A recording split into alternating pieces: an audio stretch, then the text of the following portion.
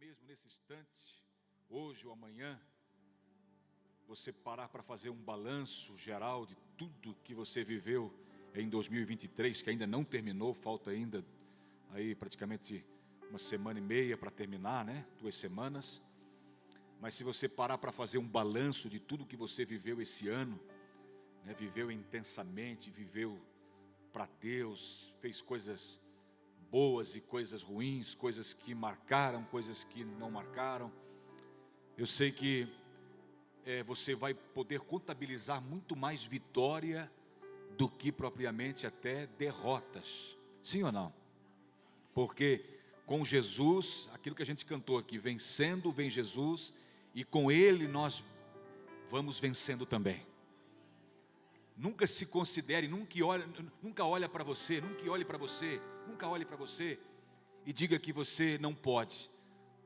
Nunca diga que você não pode, porque tudo pode, você tudo pode, naquele que vem vencendo, naquele que te fortalece, naquele que é o teu socorro, naquele que você pode clamar por Ele, e a resposta é imediata muitas vezes. E se não é imediata a resposta, saiba de uma coisa: se muitas vezes Ele segura, Ele não te responde imediatamente, é porque Ele está te provando. Nós somos provados.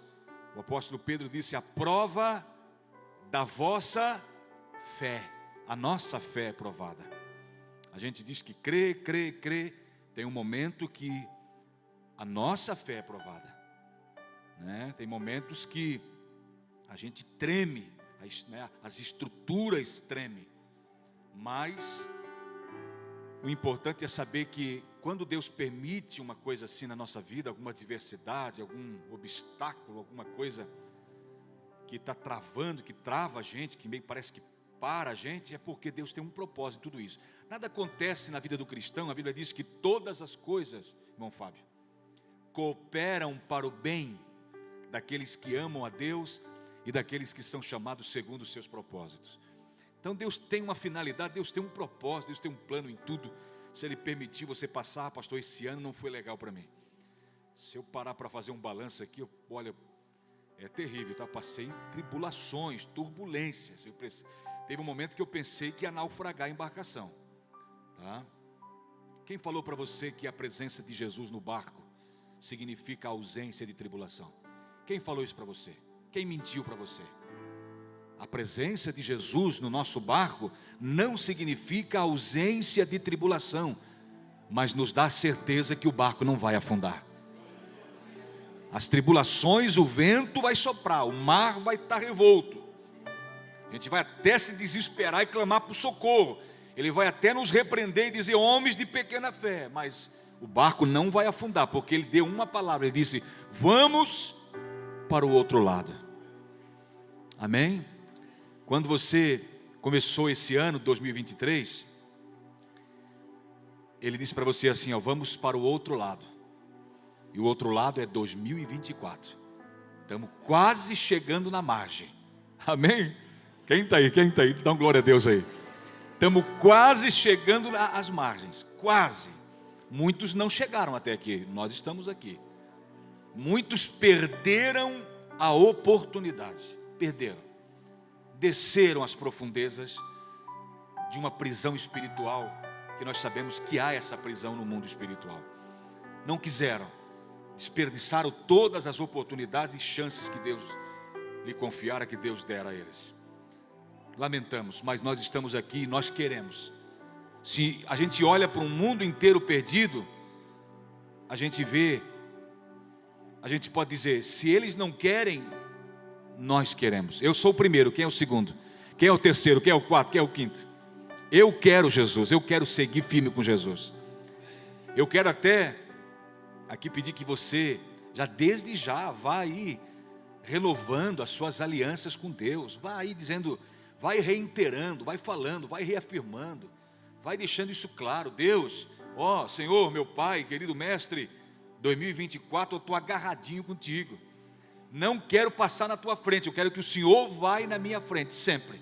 Sempre vá na minha frente, eu quero ir na tua retaguarda, eu quero ir em ti, eu quero estar escondido em ti, debaixo das tuas asas, como diz o pastor Fábio. Debaixo das tuas asas estarás seguro, disse o salmista Davi. Então, a gente caminha agora para essa reta final aí, dos últimos dias desse ano 2023, foi um ano de vitória, mas teve lutas, teve problemas, e com tudo isso a gente aprendeu, com as lutas e com as vitórias, e a gente cresceu, amém? Nós crescemos, glória a Jesus, crescemos espiritualmente, né? Glória a Jesus. Eu quero compartilhar com você hoje, somente quem está feliz porque já parou de trabalhar, somente quem está feliz, já está de folga, agora pode dar uma volta aí nos lagos, né, nas cachoeiras e ribeirões dessa cidade, os lugares, né, de lazer.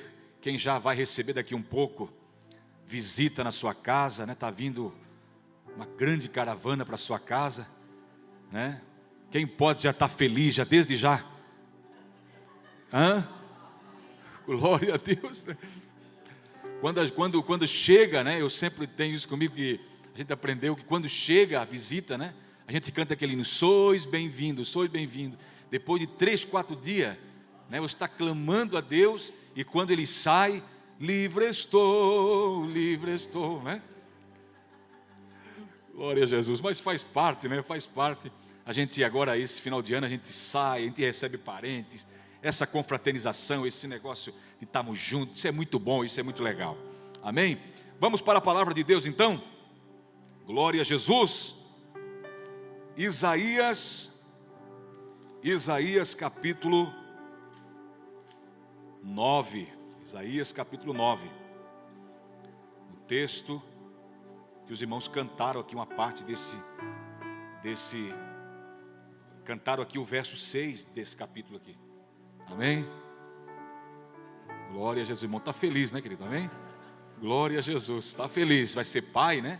Vai ser pai o ano que vem, já está vindo o herdeiro por aí. E glória a Jesus por tudo. Vamos lá então. Isaías capítulo 9. Eu quero ler com você do verso 1 até o verso 7. Amém? Do 1 até o 7. Diz assim, ó. Deixa eu ler aqui nessa versão aqui que eu tenho aqui. Isaías 9, primeiro, diz assim, ó: mas a terra que foi angustiada, diga comigo, angustiada. Diga, a terra que foi angustiada não será entenebrecida. Ele envileceu nos primeiros tempos a terra de Zebulon, a terra de Naphtali, mas nos últimos a enobreceu. Está vendo? Mas nos últimos a enobreceu, junto ao caminho do mar, além do Jordão, a Galileia dos gentios.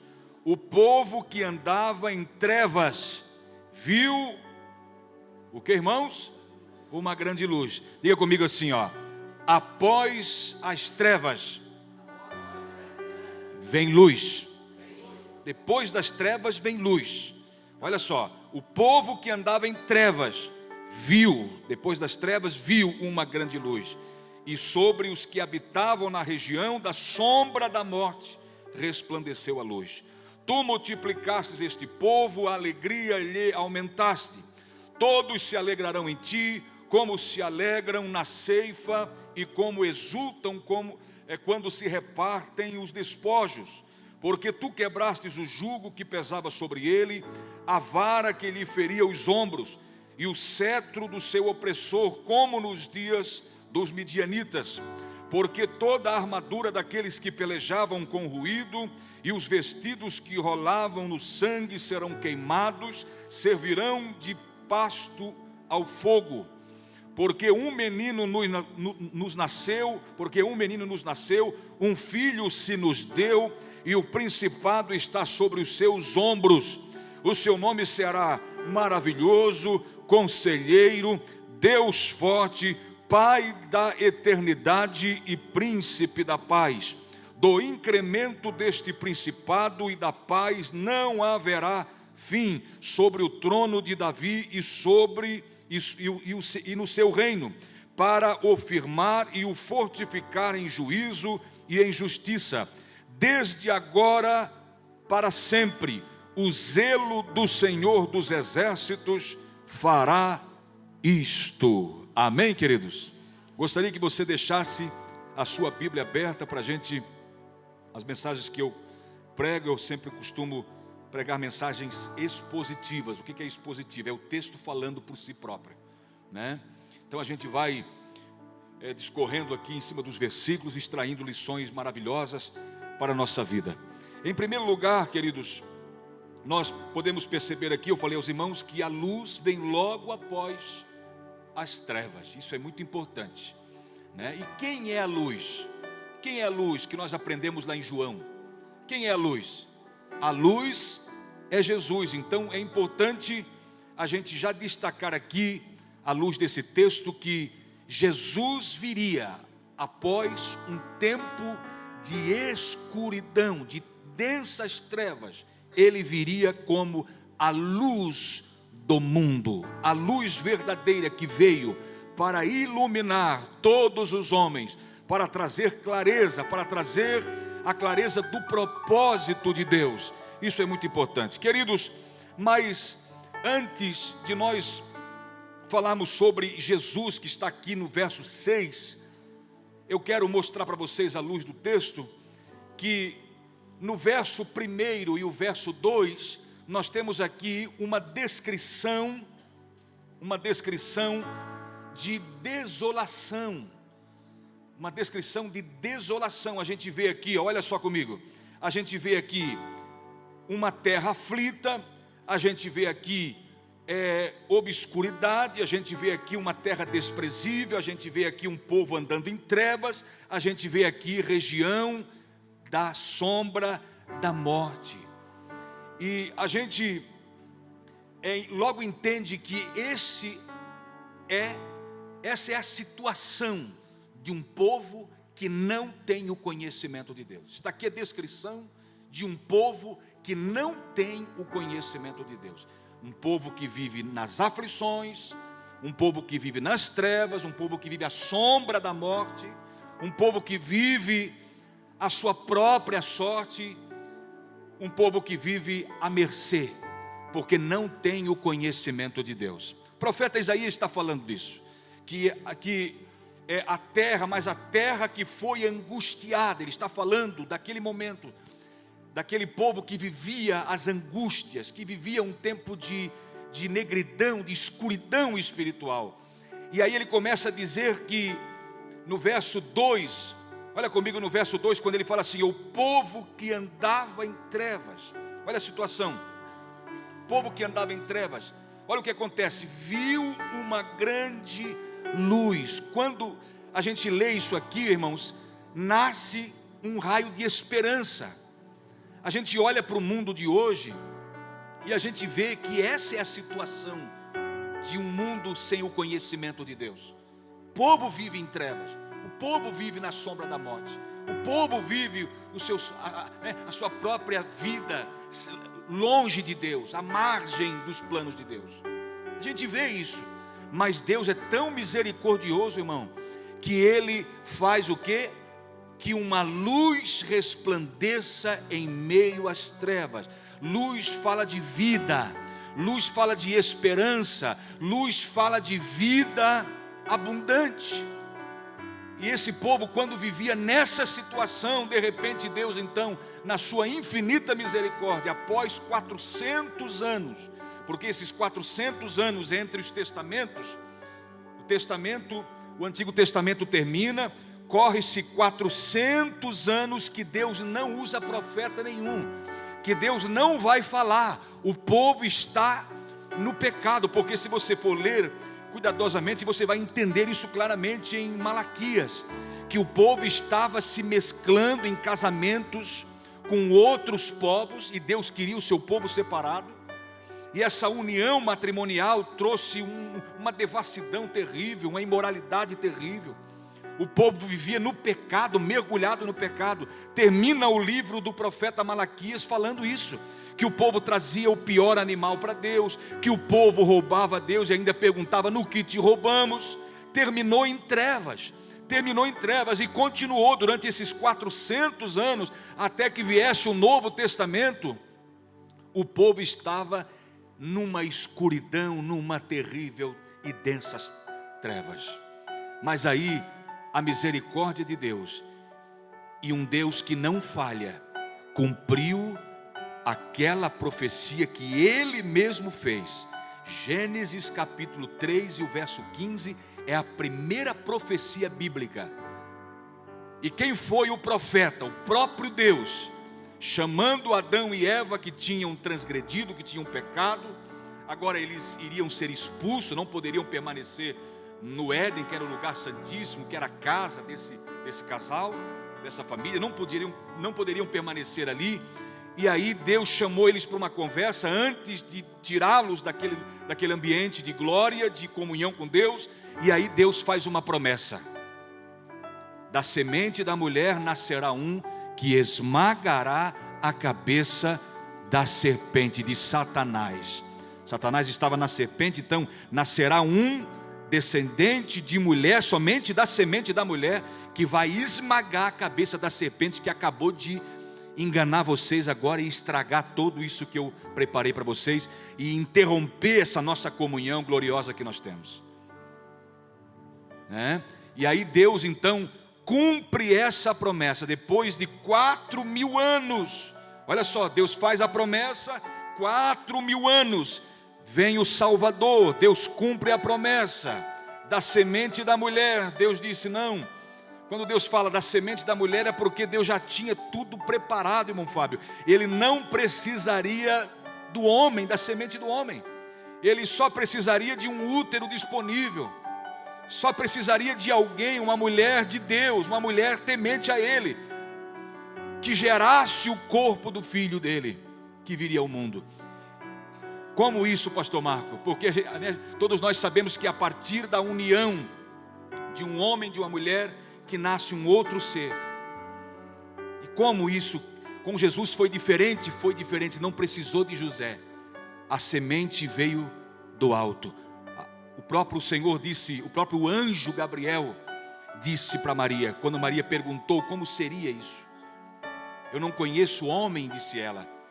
E ele disse, o poder do Altíssimo te cobrirá. A sombra, o poder do Altíssimo te cobrirá. Ou seja, Ele vai introduzir a semente aí dentro do teu óvulo, do teu útero, para gerar.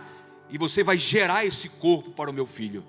Porque a alma dele, ele já coexistia. Ele sempre existiu.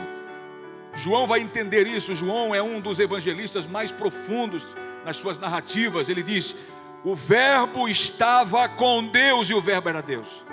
Então ele não passou a existir a partir da sua concepção, através de Maria. Não, ele sempre existiu. Ele sempre existiu. Mas aí então havia essa profecia de Gênesis capítulo 3, verso 15. E chegou o tempo, Paulo vai entender isso escrevendo aos Gálatas, dizendo assim, no capítulo 4 de Gálatas: vindo a plenitude dos tempos, Deus enviou o seu filho nascido de mulher. Amém? Olha só, chegou o tempo, quando ele fala assim, vindo a plenitude dos tempos, ou seja, no tempo determinado por Deus, no tempo que Ele escreveu no seu livro, na sua história, nas suas crônicas. Ele escreveu, ele foi para Nazaré, foi para Jerusalém, viu uma mulher chamada Maria, e essa mulher correspondeu a ele, às expectativas, ao que Deus preencheu, os requisitos que Deus precisava. E Deus disse, é tu mesmo. Então o anjo Gabriel se apresenta para ela e faz toda a notificação. Eu trago para você boa notícia, disse para ela. Você será mãe do Salvador. Então isso é muito glorioso, porque aí, quando Jesus veio, após, entre os testamentos, 400 anos, eu disse para os irmãos que terminou em Malaquias, o povo deturpando as coisas sagradas, roubando a Deus. Até perguntavam, no que te roubamos ainda? Nos dízimos e nas ofertas. Com maldições sois amaldiçoado. Terminou assim. E aí, 400 anos se passaram, veio o Salvador, como Deus prometera. E agora aquele povo que estava em trevas, o que Isaías está falando? No verso 2, o povo que andava em trevas, o que aconteceu com eles? Viu, não é uma luz, viu uma grande luz, porque Ele é o grande Salvador, Ele é o grande resgatador. Por isso que o povo que estava em trevas viu uma grande luz. E aí, irmãos, a partir do versículo 3, a partir do versículo 3 acontece isso aqui, olha para mim aqui, acontece isso aqui, Deus vira a página, Deus muda a história, porque veio luz. Deus não trabalha nas trevas.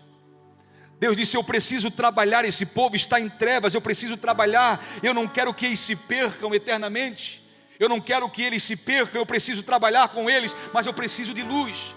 Estão lembrados de Gênesis capítulo 1, quando Deus disse: haja luz, as trevas cobriam a terra, havia trevas sobre a face do abismo, e aí Deus começou a trabalhar, mas antes de começar a trabalhar, Ele disse assim: haja luz. Sabe quem é esse haja luz ali? Quem é essa luz de Gênesis 1? A própria luz que aparece aqui, depois de 4.000 anos, mas agora vestido com essa roupa aqui, com esse corpo de pele e ossos, corpo dessa matéria aqui, o mesmo nosso. Depois de 4.000 anos apareceu Ele. E aí, como Deus não trabalha no escuro, não faz nada às escondidas, trabalha às claras, Deus disse: eu preciso de luz. Malaquias terminou com esse povo todo bagunçado, 400 anos se passaram, vindo a plenitude dos tempos, ou seja, se cumpriu o momento, vou enviar a luz para trabalhar, para começar a trabalhar. E aí quando Jesus chega, Ele traz a luz e começa o quê? Trabalhar. Deus começa o trabalho. E esse trabalho parou, pastor Marco? Não, está até hoje. É por isso que Deus continua trabalhando, a partir da luz que se acendeu no mundo. Quem é a luz? Quem é a luz? Ele já iluminou a sua vida, essa luz já brilhou dentro de você. Dá um glória a Deus aí se você crê nisso que eu estou falando, aleluia.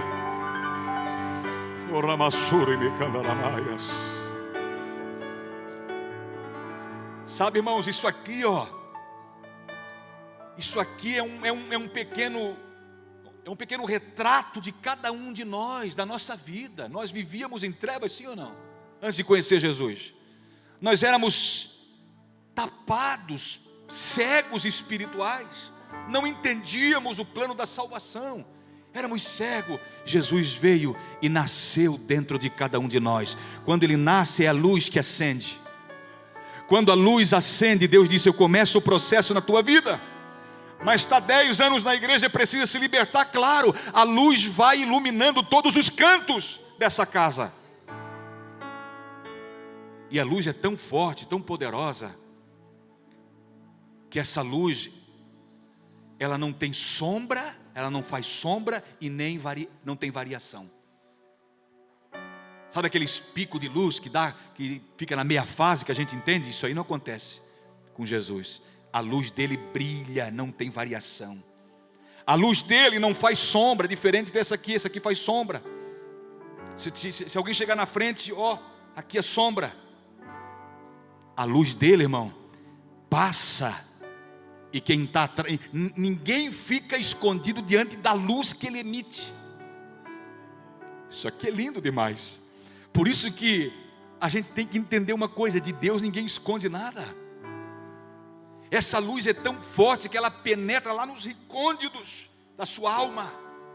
Lá nos recônditos da sua alma, lá no fundo do seu coração. Deus sabe o que está dentro de você, do seu coração. Por mais que as pessoas talvez julguem você, ou já sentenciaram você, Deus conhece o teu coração.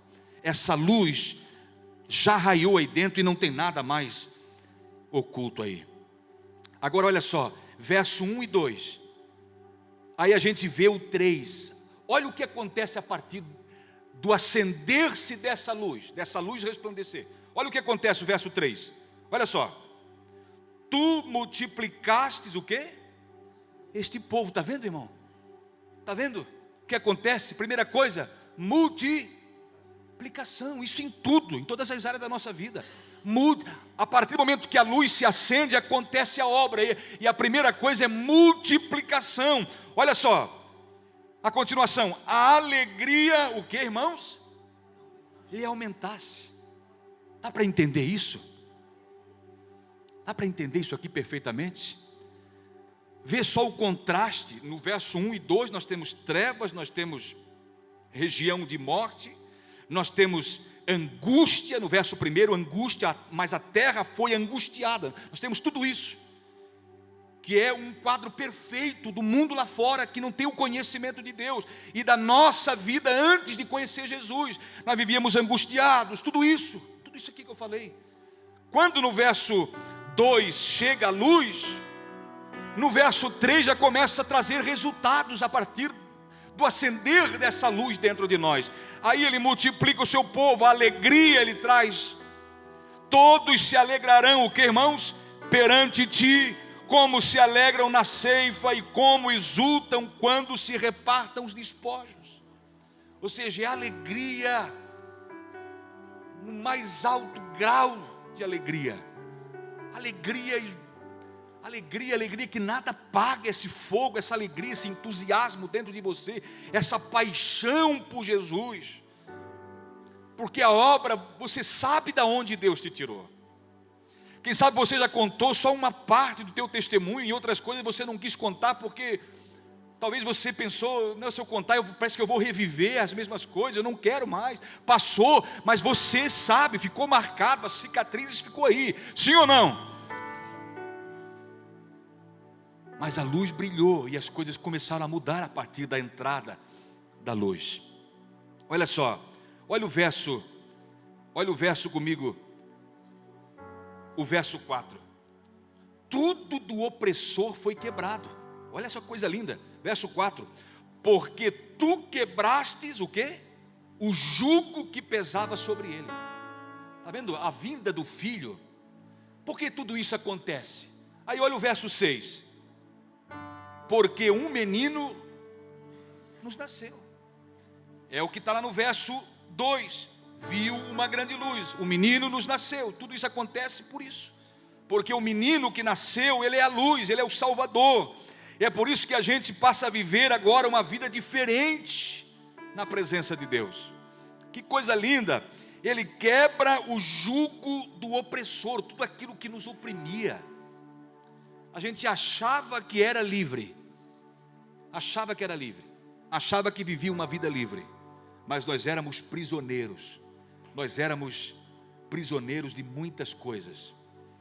E quando Jesus veio, ele disse: tu se entrega para mim, estás disposto a aceitar o que eu tenho para você? Quer me seguir? Negue-se a si mesmo, tome a sua cruz, vem e segue-me. Aí a partir do momento que você se entrega verdadeiramente, irmão, tudo aquilo, aquele jugo, por isso que ele vai dizer lá em Mateus capítulo 11, verso 28, tomai sobre vós agora o meu jugo. Aí aquele jugo do opressor, que Isaías está falando aqui, o jugo do opressor, aquele ele vai quebrar tudo, vai despedaçar. Tu não precisa mais carregar essas coisas, agora tu vai carregar o jugo de Jesus, o fardo de Jesus, que é leve. Coisa linda isso aqui, quando a gente passa a entender. Então, a alegria é multiplicada a partir da vinda do Salvador, do menino que nasceu. A opressão é quebrada e os guerreiros inimigos, no verso 5, olha só, os guerreiros inimigos são vencidos porque toda a armadura daqueles que pelejavam com ruído e os vestidos que rolavam no sangue serão o quê? Queimados e servirão de pasto ao fogo.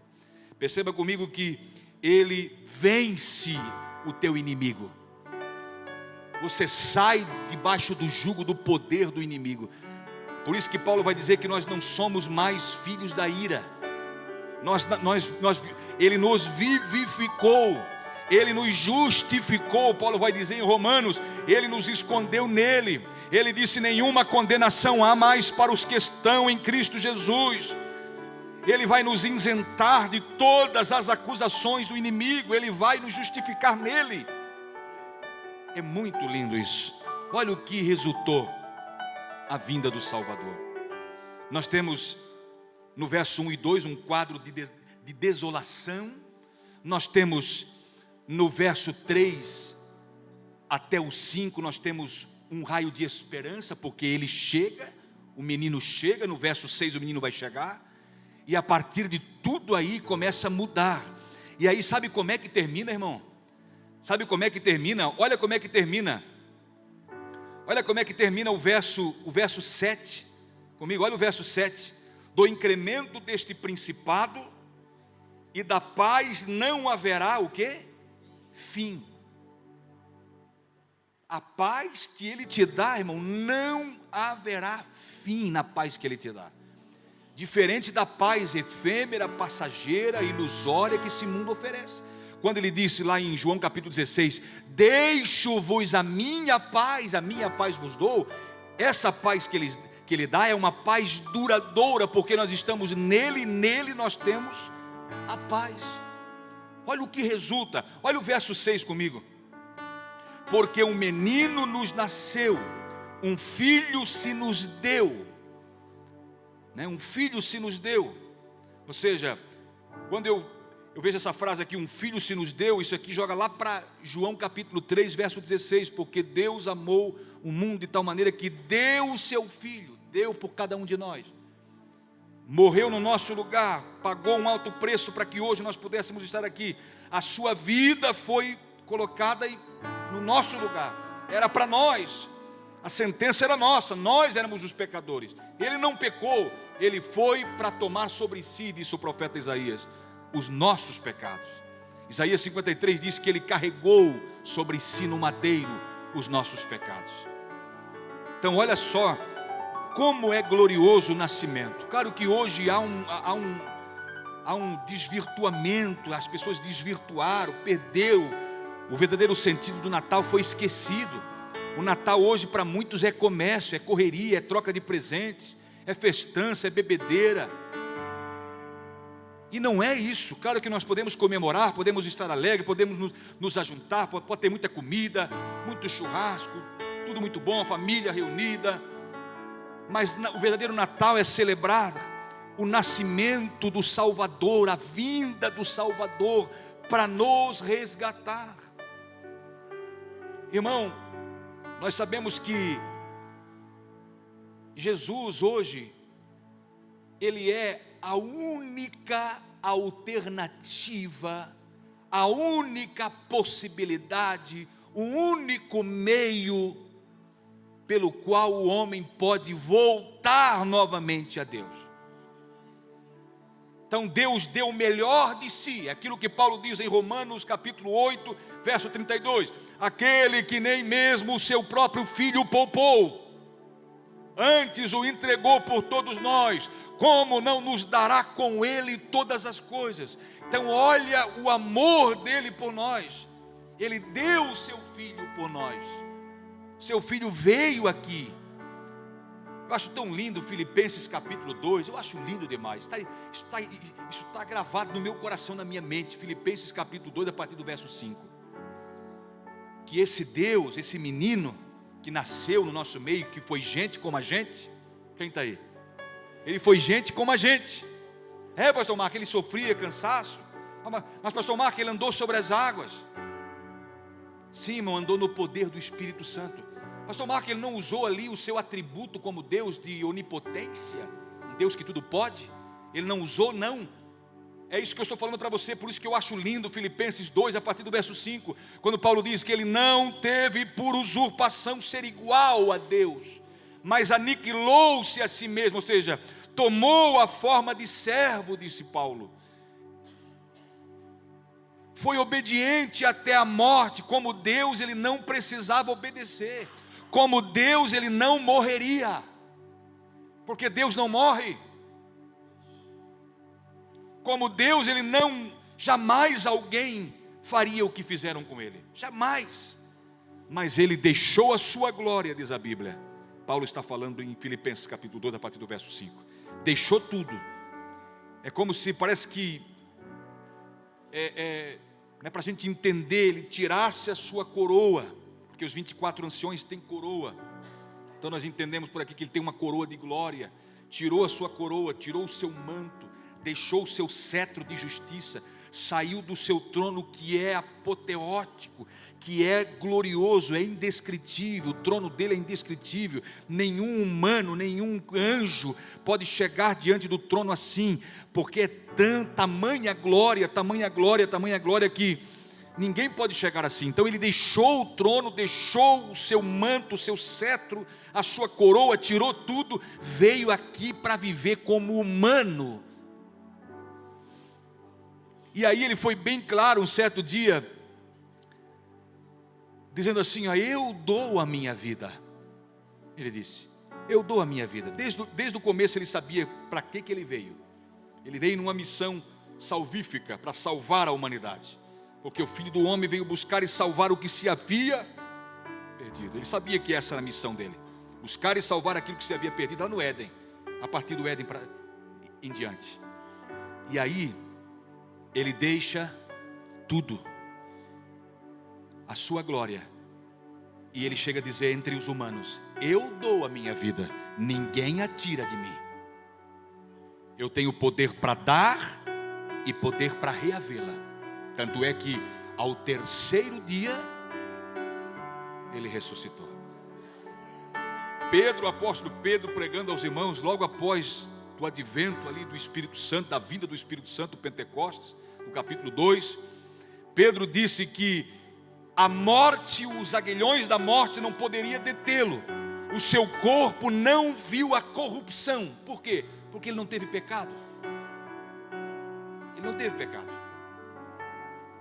Por isso que Pedro vai dizer, o seu corpo não viu a corrupção, ou seja, não apodreceu, não entrou em estado de putrefação, porque 3 dias já podia cheirar mal, já está avançadíssimo em decomposição, mas o seu corpo não tinha a corrupção, os germes da corrupção não estavam no corpo dele, como está em nós, em cada um de nós.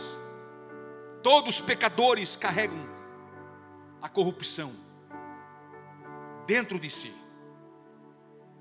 Ele foi diferente, o seu corpo não viu o pecado. E aí ao terceiro dia, morte, inferno, Satanás, túmulo com pedra rolada, muito grande, muito pesada, nada pôde detê-lo ele lá dentro, nada pôde segurá-lo. Ele ressuscitou, ele vive para sempre. E após ter ressuscitado, ele falou assim, ó, agora, porque antes ele estava limitado, na condição humana ele estava limitado. Por isso que Paulo vai dizer, fez-se obediente até a morte e morte de cruz. Ele obedecia ao Pai. Aí é que está muitas vezes a interpretação de muitos. Mas se ele era Deus, por que ele obedecia? Eles não entendem isso. Porque na sua humilhação ele estava como homem. Na sua humilhação, porque ele era Deus, ele era 100% Deus e 100% homem, mas ali ele não poderia usar os seus poderes como Deus, ele estava ali como homem, lutando de igual para igual, porque seria desproporcional, ele jamais ele poderia como Deus lutar contra o diabo, não tem para ninguém, era só estralar de dedo e tudo estava resolvido, ele como Deus, mas não, ele lutou como humano. Tanto é que Paulo vai dizer, entendeu a grande obra e vai chamar ele de segundo Adão, porque ele lutou como homem, como o primeiro Adão perdeu a luta, o segundo venceu a luta e ressuscitou.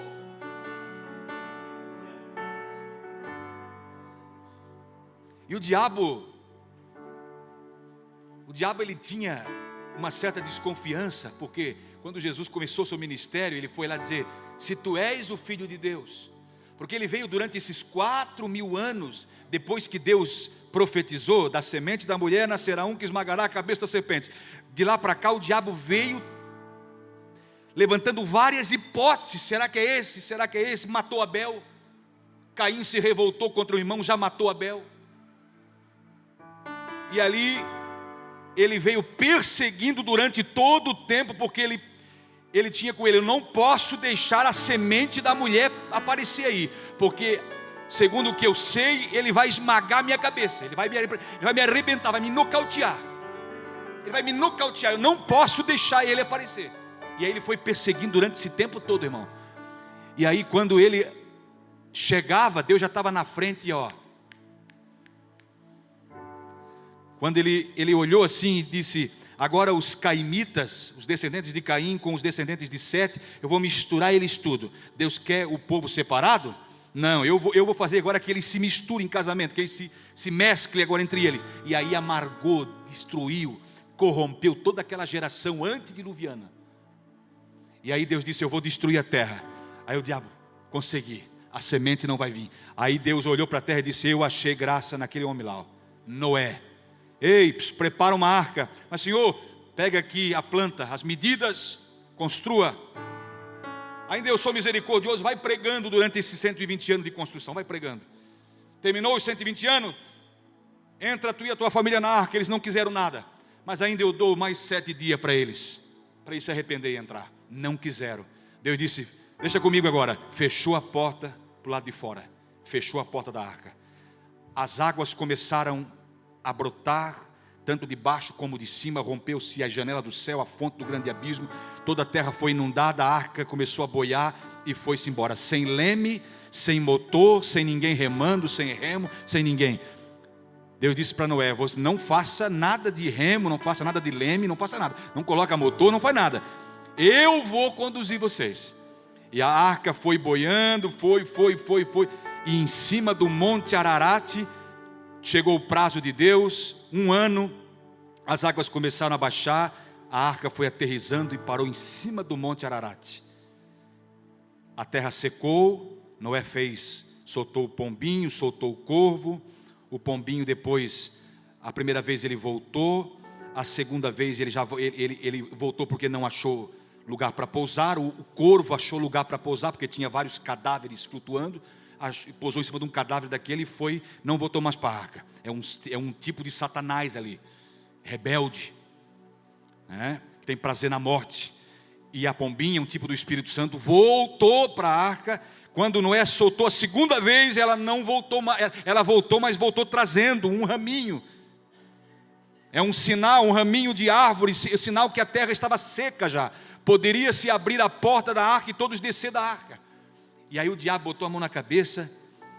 É uma conjectura aqui, estou fazendo só é para você entender. Botou a mão na cabeça e disse: e lascou. Agora lascou, ele conseguiu salvar uma família e 8 pessoas.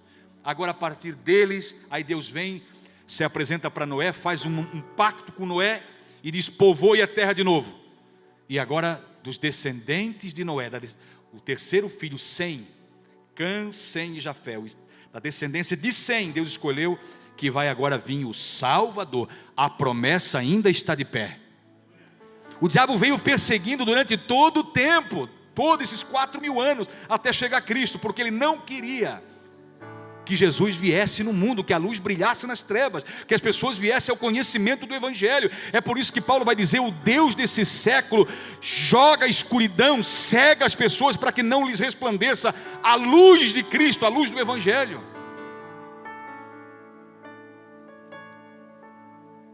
Mas Deus sempre está na frente. Ao terceiro dia, Ele ressuscitou Jesus. Ele está vivo. Aonde Ele está, pastor Marco? À direita de Deus Pai. Ele disse assim: eu criei um carinho tão especial por vocês que eu não vou deixar vocês sozinhos. Na noite que Ele celebrou a ceia, que era a última ceia, a última Páscoa, que Ele estava junto com os discípulos, aí ali na Páscoa, aproveitando aquela comemoração da Páscoa, que era uma lembrança, um memorial da saída de Israel do Egito, eu vou instituir nessa festa uma outra festa, agora significativa, muito forte. Essa festa vai ganhar um significado muito maior agora, porque eu vou libertar vocês. Aquele cordeiro que morreu lá, para vocês pôr o sangue, para que ninguém morresse na casa, agora eu vou morrer por vocês, e o sangue meu vocês vão beber desse sangue. João capítulo 6: bebei dele todos, meu sangue é vida, é a nova aliança. E aí, durante toda a sua trajetória, ele trouxe um povo para si e amou de paixão esse povo. Na ceia, sabe o que ele fez? Ele começou a lavar os pés dos discípulos. Ele disse: eu vou para o Pai. Eles começaram a ficar tudo triste, mas ele disse: é necessário que eu vá. Não fique triste. Se eu for, eu vos mandarei o Consolador para que esteja convosco para sempre, todos os dias. Todos os dias. Aí nós temos hoje o Espírito Santo morando em nós. Deus, o Espírito Santo, Deus, o Espírito Santo morando em nós. Que coisa linda, irmão. Que lindo demais, que lindo demais.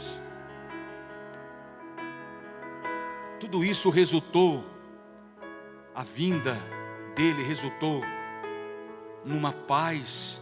Porque a gente pode ter tudo, pode ter dinheiro, pode ter o melhor carro, morar na melhor casa, pode ter apartamento em Nova York, pode andar só de avião, pode fazer o que quer, irmão. Se não tem paz, eu trabalhei com uma pessoa assim, uma pessoa de muita posse, de muito dinheiro, que ele mesmo confessou com a boca dele. Não estou falando aqui porque eu escutei ele mesmo, ele falou para mim, né? Não escutei de alguém, ele falou para mim: eu tenho tudo, mas eu não tenho paz. Eu queria ter o que você tem. Eles têm jeito de comprar isso? Se não, não tem jeito. Todo o dinheiro que você tem não compra. Mas é caro demais assim? Não, todo o dinheiro que você tem não compra. Todo o dinheiro do mundo, toda a somatória de riquezas, ouro, prata, tudo desse mundo, as maiores riquezas desse mundo não compra. Ele disse: mas como isso? É tão caro assim? Eu disse: não, porque é de graça. É de graça, ele não quer. Isso aí é coisa daqui, riquezas é coisa daqui, ouro é coisa daqui. É de graça, ele nos deu de graça. Ele disse: deixo-vos a minha paz vos dou. Um menino, verso 6, um menino nos nasceu, um filho se nos deu, e o principado estava sobre os seus ombros. O seu nome será, olha só, maravilhoso. Por que maravilhoso? Conselheiro, por que conselheiro? Não vou nem estar falando para você, vai só analisando aí no seu coração. Deus forte. Já viu Deus perder uma batalha, irmão? Pai da eternidade, príncipe da paz. O homem pode ter tudo, mas se não tem a paz verdadeira, não é uma paz que o mundo oferece, é a paz de Cristo. Se ele tem a paz, se ele tem a luz, se ele tem a alegria, porque a alegria é multiplicada, tudo que é demais da conta, treva, escuridão, morte, tudo que é demais da conta, quando a gente vem para Jesus, irmão, ele diz: esquece isso aí, agora eu dou para ti tudo em dobro aqui de alegria, multiplicar-se a alegria. No verso 3 diz: tudo ele dá de melhor para nós, porque ele nos ama. A mensagem do Natal é essa: ele veio porque nos amou, ele veio porque nos ama, ele veio porque quer nos resgatar, ele veio porque tem um plano glorioso com cada um de nós, um céu de glória, uma eternidade. Isaías vai dizer aqui, ó, ele é o Pai da eternidade. Já pensou? Quanto tempo, pastor, antes de Cristo Isaías falou isso aqui, mais ou menos? Mais ou menos, segundo a cronologia bíblica, que não é exata, 700 anos antes de Cristo, ele falou essas palavras. 700 anos ele profetizara. Isaías é um profeta messiânico, ele falou muito sobre Jesus. Isaías 53, aqui no capítulo 9, ele fala sobre o nascimento. No capítulo 53, ele fala sobre a sua morte, que ele foi levado como um cordeiro mudo para o matadouro. No verso 61 do profeta Isaías, ele diz que o Espírito do Senhor desceria sobre ele, que ele libertaria os cativos. Então olha a missão dele, é coisa gloriosa. Isso é Natal, amém? Isso é Natal. Quer trocar presentes? Quer receber presentes? Quem quer receber presentes aqui? Amém, não tem nada de ruim nisso aí. Se quiser me presentear também, eu estou por aqui. Mas o verdadeiro sentido do Natal, irmão, é isso aqui que eu falei. É o nascimento dele, é a luz que brilhou, é Jesus que está em nós, é a nossa libertação, é a nossa saída das trevas, é a ressurreição dele, é a nossa vida com ele eternamente. Isso é Natal. Se coloca de pé.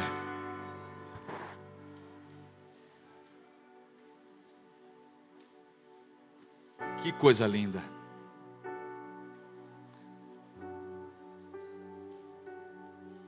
Depois de dias ruins, depois de um ano, quem sabe, não muito legal para você, as coisas não fluíram. Só esse ano foi quebrando pedra o ano todo. Esse ano foi difícil.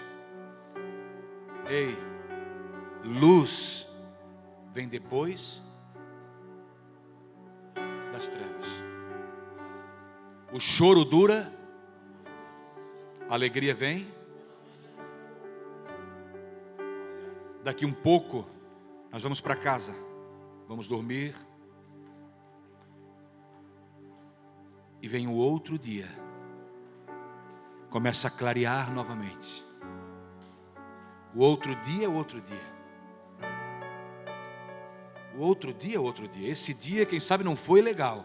Amanhã Deus pode mudar. Você crê que Deus tem poder para mudar qualquer circunstância? Qualquer, não estou falando algumas, qualquer circunstância. Quem crê? Quem crê? Pastor, esse ano foi difícil. Irmão, o ano que vem vai ser melhor. Deus tem poder para mudar qualquer circunstância. Deus é poderoso. Ele abre mar vermelho, faz machado flutuar, para sol, para lua. Oh meu Deus, esse Deus é lindo. Eu amo esse Jesus. Irmão, nós servimos um Deus tão poderoso, tão poderoso, tão poderoso, tão poderoso, tão poderoso, que a Bíblia diz. Vou falar uma coisa que vai chocar você agora. A Bíblia diz. O que a Bíblia diz, pastor? Olha o poder desse Deus. A terra, vou ilustrar para você aqui, ó. A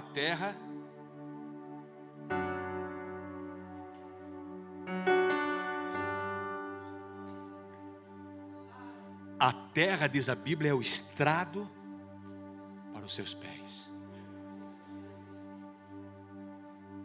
O profeta Jeremias diz que antes que eu me formasse no ventre da minha mãe,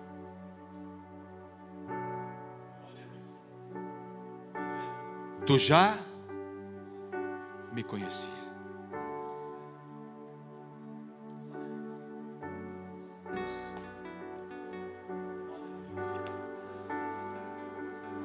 Alguém um dia disse: achamos Jesus, aquele que os profetas falaram, Jesus de Nazaré. Ele disse: de Nazaré? Pode vir alguma coisa boa de Nazaré? Sabe o que ele disse? Vem e vê. Vem e vê. Vem e vê. Jesus é maravilhoso. Mas é difícil acreditar, né? Que o Deus Criador nasceu numa manjedoura. Que o Deus Criador deixou ser morto pela criatura, ser maltratado pela própria criatura que ele fez. A Bíblia diz que ele veio para os que eram seus, os seus o rejeitaram. É difícil acreditar nisso? Nós acreditamos. Quem acredita na Bíblia Sagrada? Nós acreditamos e temos experiência já com Ele. Agora tem um mundo inteiro que acha que isso é mais um conto entre os demais. É mais um conto, mais uma história entre os demais. Coloque a mão no coração, Deus.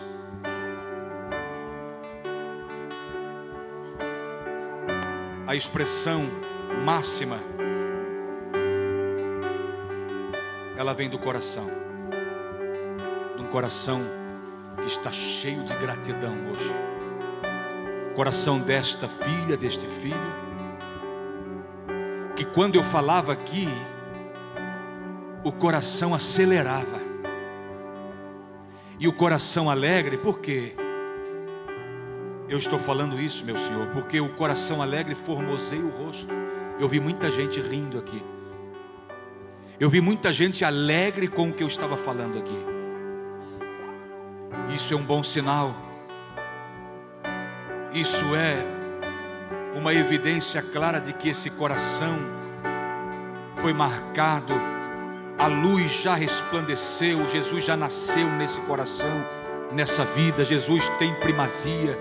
Jesus é tudo para nós. Tu és tudo, meu Senhor. O que aproveita o homem, disse o Senhor, ganhar o mundo inteiro e perder-se eternamente, perder a sua alma. Nós temos tudo que é o Senhor. E nós nos decidimos por Ti.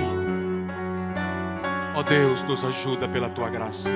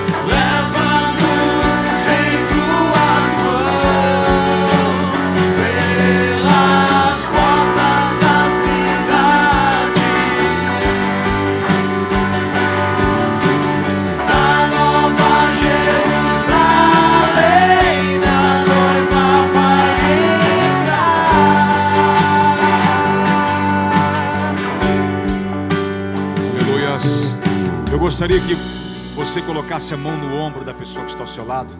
Se quiser fechar aqui os corredores, coloque a mão no ombro. Isso, coloque a mão no ombro assim, formando uma corrente assim, no ombro.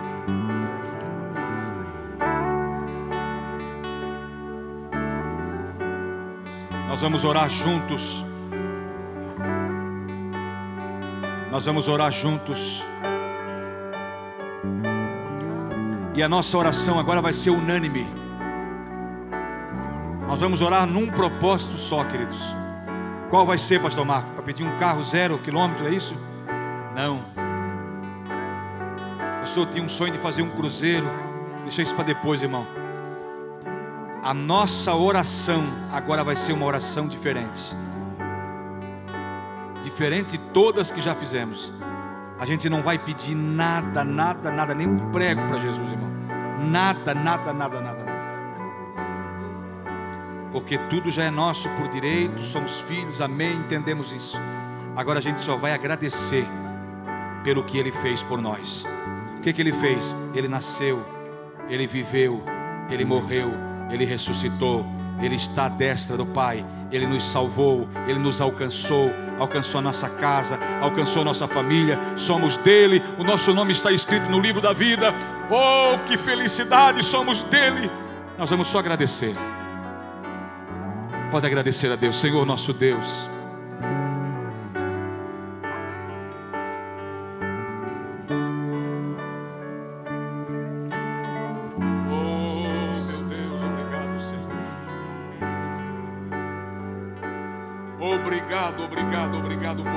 obrigado por tudo, muito obrigado, meu Deus, nós te louvamos. Falta-nos palavras para nos expressar em agradecimento por tudo, meu Deus, pela tua vinda a esse mundo para nos resgatar. Como o Cordeiro de Deus, quando João Batista olhou para o Senhor, ele disse: eis aí o Cordeiro de Deus que tira o pecado do mundo. Ele veio para tirar, Ele veio para nos libertar, Ele veio para nos redimir.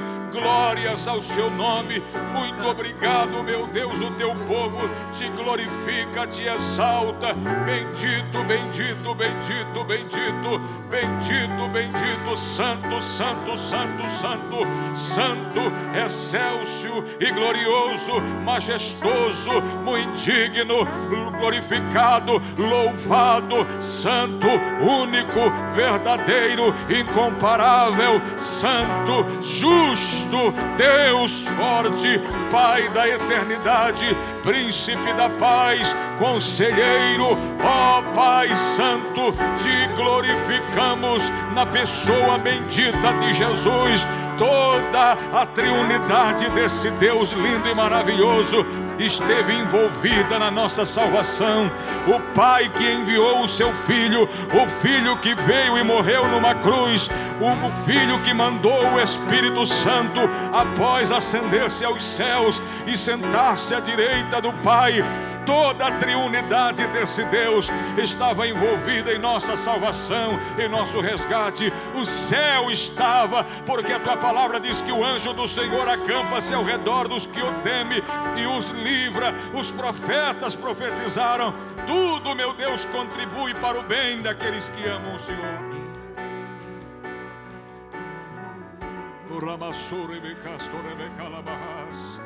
Alvas dobre cama sobre de canjora masei. Era masura na canjora.